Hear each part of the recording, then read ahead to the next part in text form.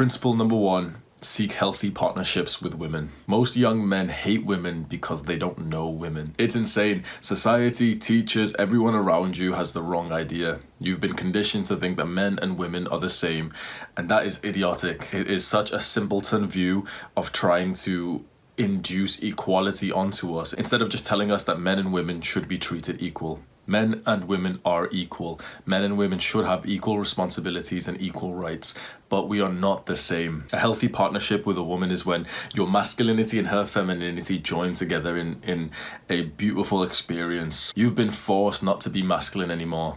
Women have been forced to be more masculine. Men have been forced to be more feminine. And now there's a clash. We don't have that healthy partnership anymore. So what is a healthy partnership with a woman? It's that natural balance between dominance and submissiveness, between masculinity and femininity. Imagine the traditional male and female dynamics that we've had in our species from the moment that we existed. We don't have it anymore in the last 50, 100 years, and everything has turned lopsided. The traditional male and female dynamic is how it's always been. That is a healthy partnership, but there is one major upgrade that we must make which makes this into such a more healthy partnership. I've mentioned this in the manipulation video I made. You should definitely watch that. We do not punish. The only one thing that you can think wrong about the traditional male and female relationships over the past few hundred years was that the wife was getting punished. Domestic abuse would have been sky high, and this is not a joke or anything. This is actually disgusting. We do not punish. The healthy partnership is where you love her for her femininity and you understand that the weak points of that are not something that you punish with your dominance and your strength. Take that away by learning to condition, learning to positively reinforce people with love and kindness. Yes, it sounds so fruity, it sounds so feminine. That is how people learn. You want a woman to do as you say, you want a woman to act exactly how you want. You do that through positively reinforcing her, through loving her and treating her amazingly when she does the things that you want. And when she doesn't do the things that you want, you don't fucking hit the bitch. We don't do domestic violence or some shit that, is traditionally stereotyped that we think. You just withdraw your attention. Because that's what healthy, normal people do. That's what good people do. When someone doesn't act how you want them to, you simply withdraw your attention because you only want to be surrounded with the people who act how you want them to. You can't have a healthy partnership with a woman if you think she's the same as you, because you're going to hate her for what she isn't. You've got to acknowledge the femininity inside of her, the estrogen and whatever differences there is, that creates her into a different person. And that difference, that is the yin yang, that is how we fit together.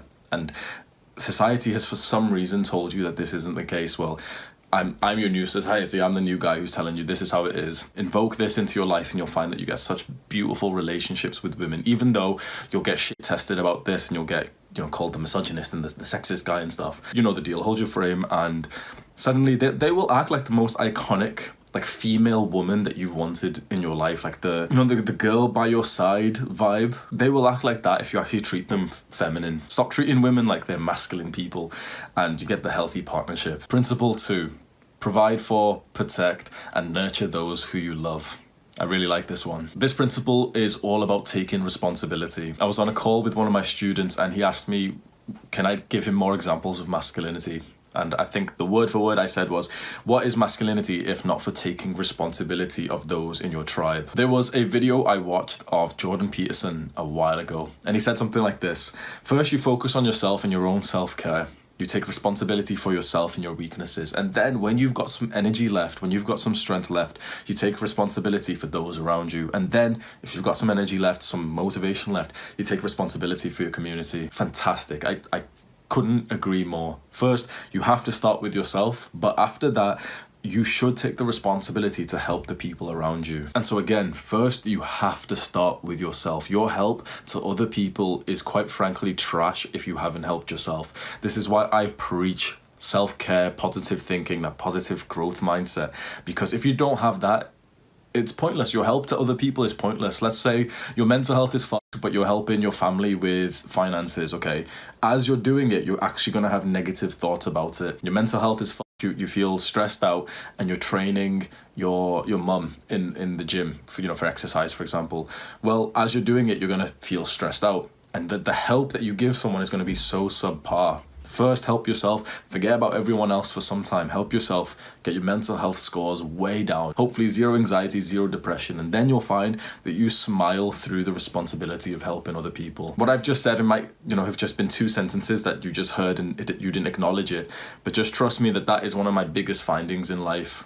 That you can only help other people when you've helped yourself. And when you're in a moment, it can fluctuate by day, by hour, by week. When you're in one of those bad moments, the help that you give to someone else is so subpar that the time was just wasted. That time should have been spent on your own self-care, your own journaling, meditation, exercise, fixing your own mind first. Notice the last bit of this principle, those who you love. This is very, very important, and many young guys get this wrong because they try to provide for, protect, and nurture the damsel in distress, the girl that they've just met. They place her as the priority above the people who have been in their lives forever. And you know what? It is understandable. That is how we are wired. It does seem like we are wired that the moment a girl comes into our life who needs our help, we play Captain Save-A-Ho. We play Captain Save-A-Ho, and we have this idea that we've got to save her and she is our biggest priority. And I've seen this with many, many guys. They put a new girl as the priority in their life compared to their family, their friends, and themselves. This is truly detrimental. Not only does it take your time away from those who truly deserve your love, who have been in your life forever, it's unattractive. The girl that you're trying to attract actually will be less attracted to you if you suddenly place her as the priority in your life. Sounds weird, and this kind of couples with the first principle, one of the healthy partnerships with a woman. This is something that no woman would ever tell you. I don't think that they can consciously tell you this, but women don't actually want to be the number one focus in your life. That to anyone, honestly, it's quite weird to think that someone else cares about everything else less than they care about you. Although it seems, that's what we all want, and girls definitely would want that. Maybe like a woman is watching this thinking, no, that's exactly what we want. At least in my experience and from my expanded experience, let's say, it's not true at all. The girls who you put at the biggest priority of your mind will be the ones who leave. Because that isn't attractive, because that means that you have placed someone else above your purpose, above yourself, above your fucking mum. If you place someone else above your family, above your parents, above your siblings, above yourself, it shows the type of man you are. And that is unattractive. It's counterintuitive to put someone new into your life above those people who have always had your back. So for this principle, take responsibility for your brother, take responsibility for your sister, for your family, for your closest friends. And then if you're so productive and you're so disciplined that you've still got energy left, then expand that responsibility to a wider tribe. That's what I'm hoping to do here. I take responsibility over my coaching clients, and I try to somehow take responsibility over the guys who watch these videos. Obviously that's harder because we don't have like a one-to-one basis, but at least I try to be that big brother who's sharing the wisdom and hoping that can like give you some kind of value. Principle 3, cultivate a lifestyle that rewards you. What does lifestyle mean? Your lifestyle is literally just the habits that you do every day, every week.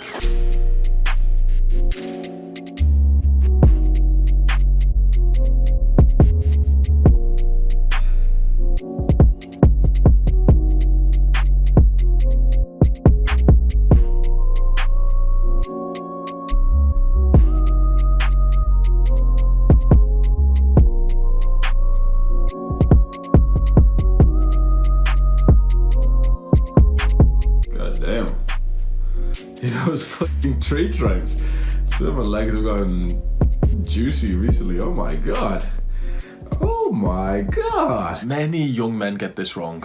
We are in the age of capitalism, of greedy, money-hungry personality.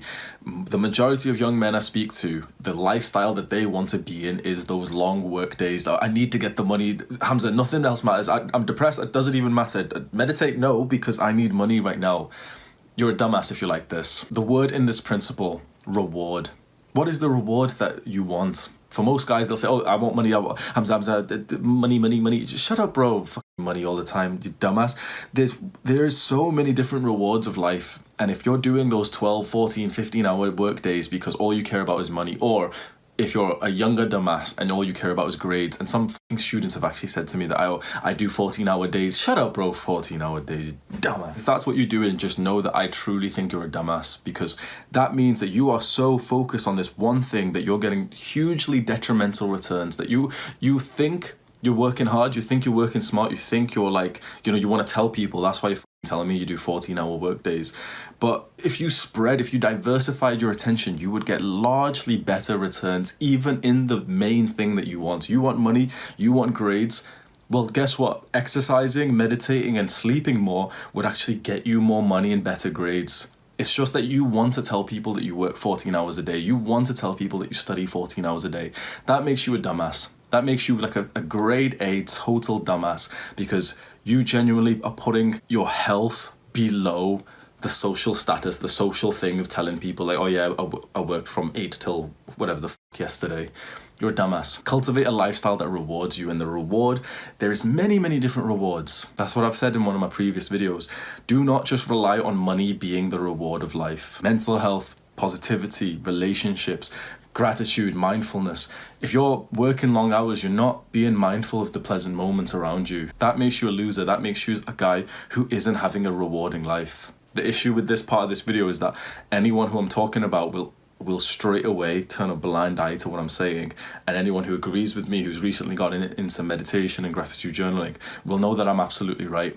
That doing those long hours is detrimental when all I'm technically asking you to do is take off 5 hours and put 5 hours into self-care and sleeping more and dieting and the stuff that brings you some other rewards. So this lifestyle that rewards you is entirely from self-improvement. It's doing the delayed gratification activities that gives you a bigger reward. Ongoing self-learning should be a huge part of this lifestyle, because that in itself is one of the biggest rewards you'll ever get. You read something today that gives you a mind-blowing idea next year. You learn something about mindfulness, you learn something about mental health. That's going to change your life forever. And so my practical advice here is cliche, but it's to try as many different hobbies and activities and habits as possible. So cliche. Again, it's going to be one of those things that I just said this sentence, you heard it and you were like, oh yeah, and then you're not going to do it because it's such a basic line, and it's only when you actually do it that then you'll be telling other people about this. It's like those Instagram quotes of, just the bullshit Instagram quotes. They're so pointless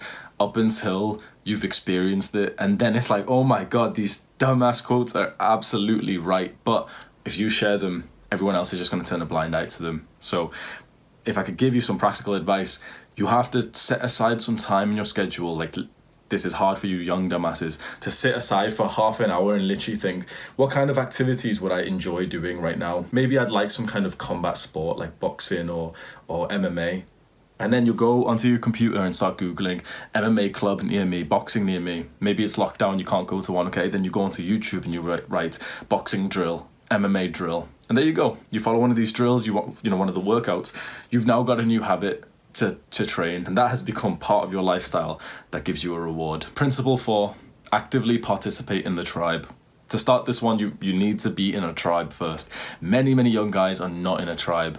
It's understandable because we live in a very individual age, and the modern society is we are so socially connected, but we are so antisocial at the same time. So many people don't actually have a tribe. I'll be honest, there's almost no excuse for that anymore, because okay, you may not have a tribe in person in your area. That's pretty difficult, but the internet can actually be your tribe. I'm going to be completely honest, I never had a tribe up until I was about 17, 18 years old.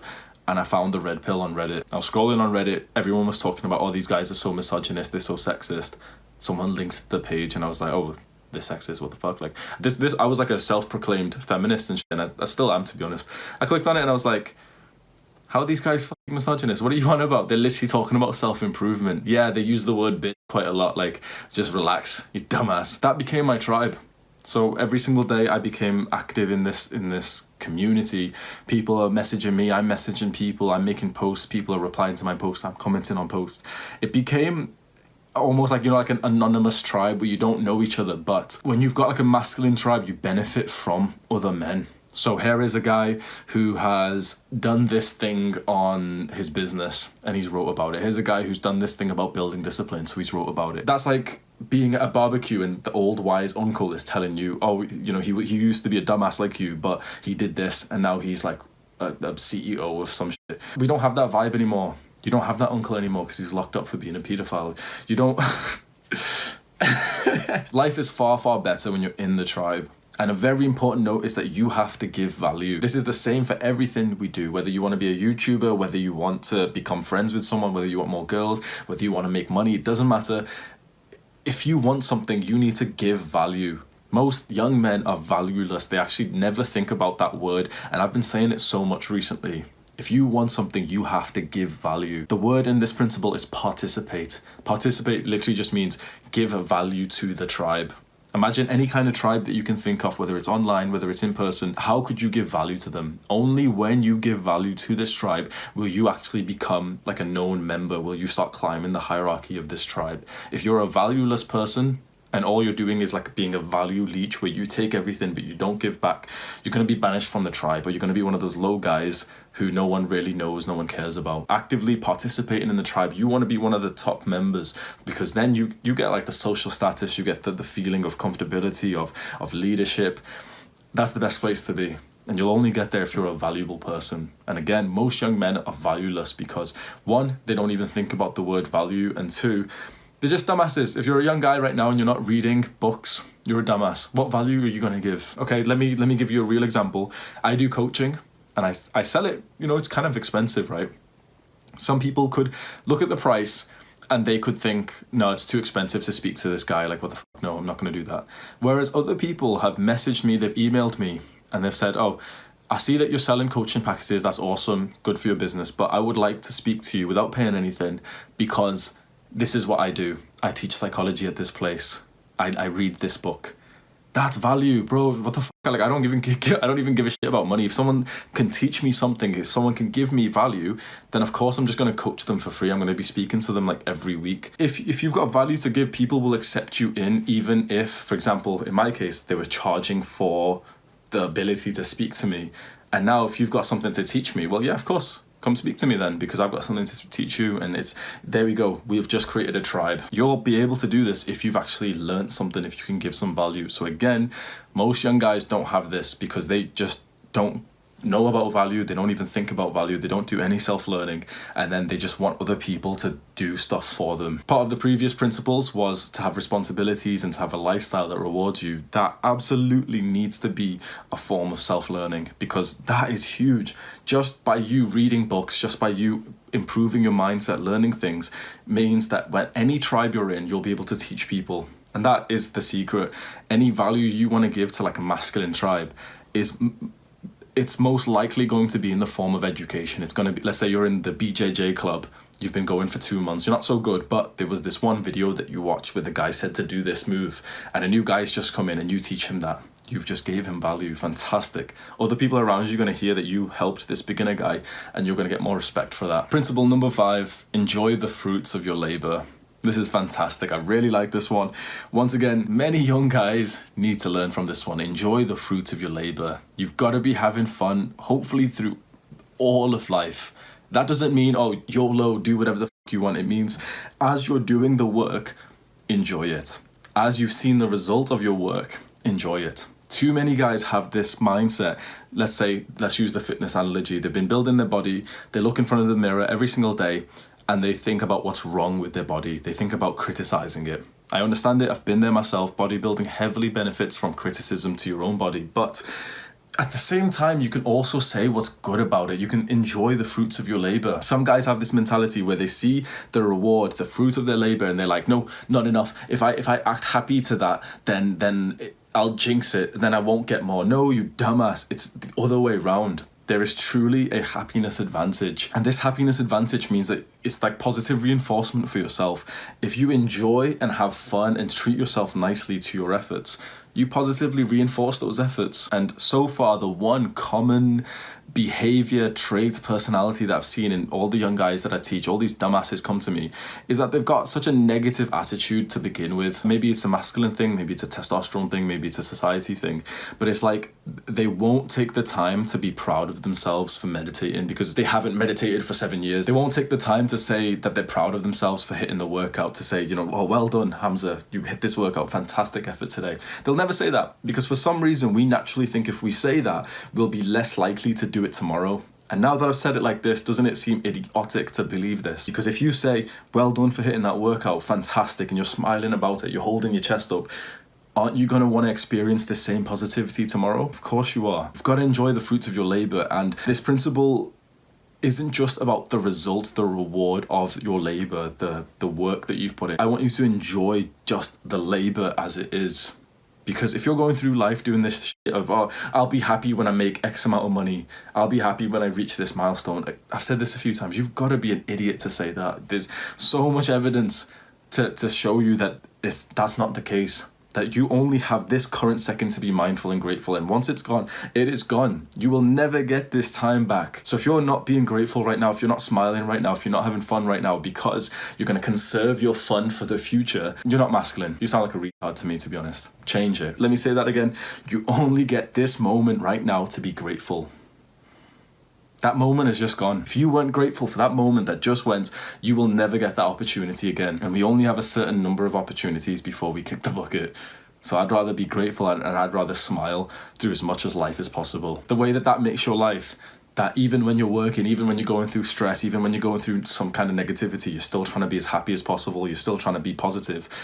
That means you've got a life of positivity, a life of more increased smiles and happy relationships. That is the reward that we're working for. 5 Principles of Masculinity. This was a Reddit post from the Red Pill. The actual post is absolutely fantastic, and I think it's got 10 or 12 principles.